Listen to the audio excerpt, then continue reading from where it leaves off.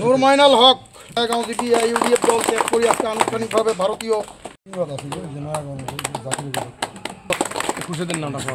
নূর মাইনাল হক গাঁও GP UDF দল ত্যাগ করে আজকে আনুষ্ঠানিকভাবে ভারতীয় ইউডিএফ দলৰ আঞ্চলিক সভাপতি জাকিৰ হুছেইন আৰু সাধাৰণ সম্পাদক খুৰশ্বেদ আলমকে প্ৰমুখ্য কৰি 200ৰো অধিক ইউডিএফ দলৰ কৰ্মী আজি আনুষ্ঠানিকভাৱে ইউডিএফ দল ত্যাগ কৰি ভাৰতীয় জাতীয় কংগ্ৰেছ দলত যোগদান কৰিছে। মই তেখেতসকলক ধন্যবাদ আৰু কৃতজ্ঞতা জ্ঞাপন কৰিছোঁ। আৰু আজি এই যোগদান পৰ্ব মনু খানৰ নেতৃত্বত অনুষ্ঠিত হোৱাত মনু খানকো মই ধন্যবাদ জনাইছোঁ যে তেখেত নিষ্ঠা সততাৰে কংগ্ৰেছ দলে কাম কৰি আছে। মই অনুৰোধ কৰিম যে ইয়াত যাতে ইউডিএফ দলে আৰু কোনো প্ৰভুত্ব চলাব নোৱাৰে, ফাঁকি ফুকাৰ দল।